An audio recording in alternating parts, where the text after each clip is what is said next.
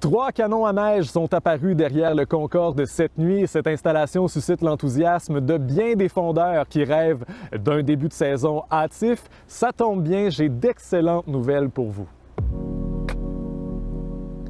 Ceux et celles qui aiment profiter des pistes sur les plaines d'Abraham ont dû s'armer de patience dans les 2 dernières années. Les sentiers n'étaient accessibles qu'à la mi-janvier.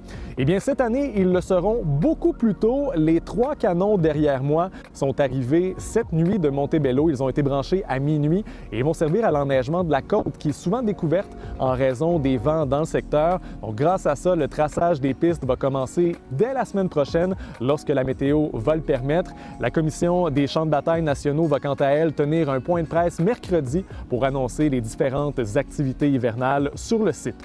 À la Ville de Québec maintenant, bon an, mal an, les 9 centres ouvrent à la mi-décembre. On parle des bases de plein air et du sentier de la rivière Saint-Charles notamment. Il faut qu'il y ait au moins 30 cm de neige au sol pour permettre le passage de la machinerie et là, il nous en manque.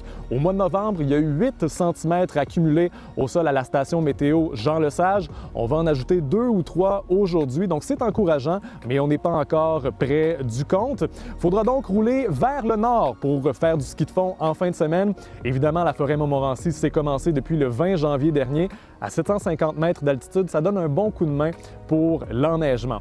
Au Camp Mercier maintenant, la CEPAC attend les visiteurs dans son tout nouveau bâtiment de service dès 8h30 samedi. Les ouvriers sont à pied d'œuvre en ce moment pour rendre accessible la plus grande portion possible des 70 km linéaires de piste.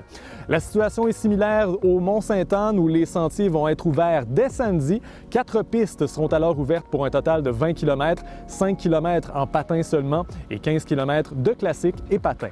Au Sentier du Moulin à Lac-Beauport, des passages de préparation ont eu lieu en motoneige cette semaine. L'équipe a pour cible l'ouverture d'une dizaine de kilomètres de pistes samedi. Surveillez la page Facebook et le site officiel du centre vendredi soir pour plus d'infos. Et on termine sur la Rive-Sud avec les sentiers La Balade à Lévis. Les pistes ont été tapées par les motoneiges hier. Une ouverture partielle est prévue lundi prochain. Pour d'autres nouvelles, consultez l'appli Info de Radio-Canada. Je vous souhaite une excellente saison de ski.